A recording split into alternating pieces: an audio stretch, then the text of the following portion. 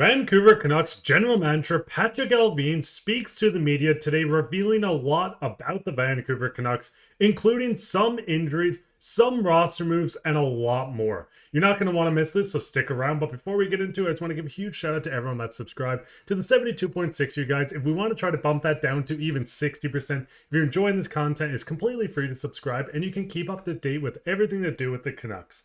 But with that, let's just hop straight into the topic, as this is action-packed. But we do see a tweet from Batch Hockey, and he says, Patrik Allvin just met with the media.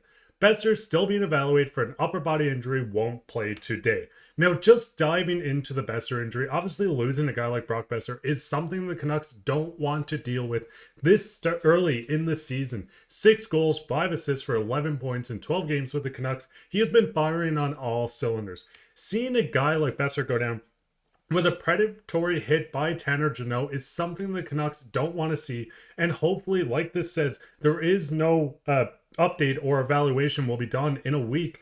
But players don't want this type of injury, especially with a guy like Brock Boeser, who has been a gem for the Canucks, not only last season, not only last postseason, but coming into this year. Now with this, they were making roster moves due to this, and Patrik Allvin announced that Amon and Baines have been recalled from Abbotsford. Now looking at these two call-ups, it's not really a surprise. I mean, Amon did clear waivers, so he is on a two-way. They can call him up and send him back down. Baines is on his two-way contract right now, so he can be sent up and sent down like we've been seeing all season while they get cap space. But looking at this, we're seeing from daily faceoffs, the Canucks are looking at a lot of roster changes or a lot of line changes going into this game. We see Pius Suter, JT Miller, and Connor Garland. Now, like I said, this is from daily faceoffs. This could change going into the game, but as of right now, this is what the lines are looking like. We see a guy like Höglander get promoted from the fourth line to play with Petey and DeBrusk. We see Heinen, Bluger, and Sherwood, Amon, Ratty, and Baines. Now, the fourth line is quite a young line. I mean, it's a lot of prospects, a lot of guys that don't have a lot of experience in the NHL, but getting this line together, I think it's going to be an energizing line. I mean, Ratty looked awesome, or Ratu, sorry, looked awesome. We see Amon come up. He might have a chip on his shoulder to want to stay on this Canucks roster, and we've seen Baines turn around his game and looked like a legitimate NHL player during his stints with the Canucks this season. But that doesn't stop there, as we're going to see a shakeup on the power play as well. Now looking at this, the top unit of Garland, Petey, DeBrusk, Hughes, and JT Miller. Hopefully DeBrusk can get going. I want to see him get going. And I mean, I projected him to score around 30 goals this year. So he does need to get that second wave of his talent on this team. Pius Suter, Heinen, Ratu, Höglander, and Hronek on the second power play units. As I said, this is going to look a little weird, especially with a guy like Boeser out, especially with Dakota Joshua not back. But looking at this, there's so many updates to go through. We can see that Dakota Joshua isn't playing tonight, but is hopeful on this homestand. I mean, looking at this lineup, if Boeser's out for a while, getting a guy like Dak back in this lineup would be huge. I mean, looking through, we were looking at the lines. I mean, obviously Daniel Sprong was moved on, which seems like the reason why he was moved was to get Dakota Joshua back, to make it cap compliant, and also not to have someone worth $1 million sitting and not playing. But getting Dak back, you can put him straight into this lineup. Maybe he plays on the top line with a guy like JT Miller and Garland. Maybe you see him injected onto the third line, maybe even the second line, to get Petey going. Getting Dak back is going to be huge for this team, not only for the lineup, but also for the defensive game, for his physical game, and even getting him on the power play.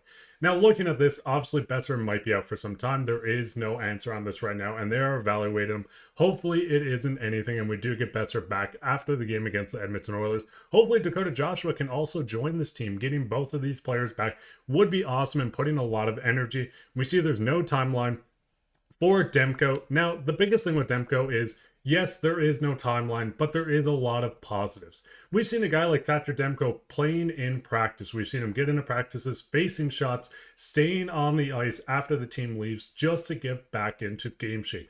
Getting Demko back, who was a Vezina candidate and honestly could have won it last season, of other than the fact that Hellebuyck went off the rails. We see a guy like Demko coming back will be awesome, but I don't think there is a big rush. I mean, Kevin Lankinen is a guy that's been absolutely dominant for the Canucks, a guy that a lot of teams passed up on in free agency. We can see him being 7-0-2 this season with a .923 save percentage. He's looking like the steal of the not draft, sorry about that, of free agency, especially for the Canucks. I mean, just looking at his last 5 games played, he's been dominant. Yes, he had 2 games against the Pittsburgh Penguins and Carolina Hurricanes, having an .875 save percentage, but we see the 3 games after that, which was a .913, .955, and a .929.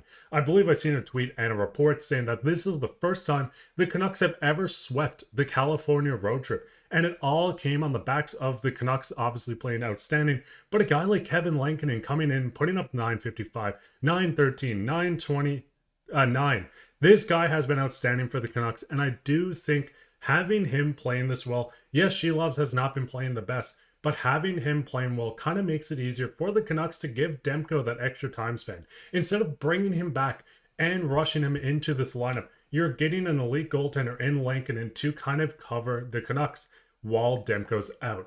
Now, obviously, the last report on this was the Lekkerimäki tweaked something and won't play in Abby tonight. Now, a lot of people say, why would it matter if Lekkerimaki is playing in Abbotsford? But there is more to this.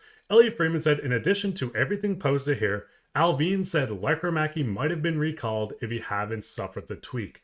Now, this is news that I don't like to see, obviously, with the player being injured is one thing, but Jonathan Lekkerimaki is my favorite prospect. I mean, he's debatably the top prospect next to a guy like Tom Willander.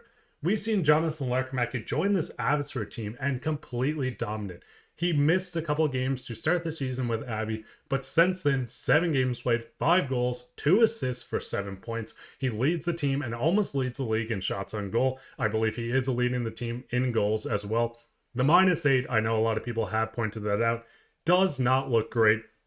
But the biggest thing with this is more of a team stat. If someone on the ice messes up a turnover, they score. That isn't on the Lekkerimaki. So yes, the -8 doesn't look good. Yes, you would rather that be a +8 or even just a 0 or +1. But Jonathan Lekkerimaki has been showing his dominance with his goal scoring 5. I mean, we've seen him score 19 goals in a professional Swedish hockey league when he played with Abro. We've seen him lead the World Juniors tournament in goals. This guy has a lethal shot, only at 20 years old. We're seeing the potential of his offensive game, like right in front of our eyes in Abbotsford, with him being out, with them saying that Allvin said that he might have been recalled. I think it would have been awesome to get him into this lineup. I mean, we could have seen him maybe step up, play on the side of PD. Maybe he even gets bumped up on a top line for a couple shifts, or he might have been called up and played on the 4th line. But overall, getting Lekkerimaki up does seem like it's going to happen this season. I mean, from these reports, from the way he's playing, this guy is bound to make it to the Canucks this year, even if it's for 1 game. Get excited for this kid. What were your guys' thoughts on everything I talked about? I know it's quite a lot. What's your thoughts on Boeser being out, and what do you think his injury might be? How long do you think it's going to take before Dakota Joshua gets back? I think it could happen next game. Demko should be back soon. The Lekkerimaki news, everything, just leave a message about anything about that below. But we'll hop into everyone's favorite topic, and I know I'm sorry I'm talking fast. There's so much to cover. But comments of the day, and this comes from Victim, and they say moving out strong based on the guarantees they have room and cap space to keep Brandstrom for the rest of the season, especially with a forward injury.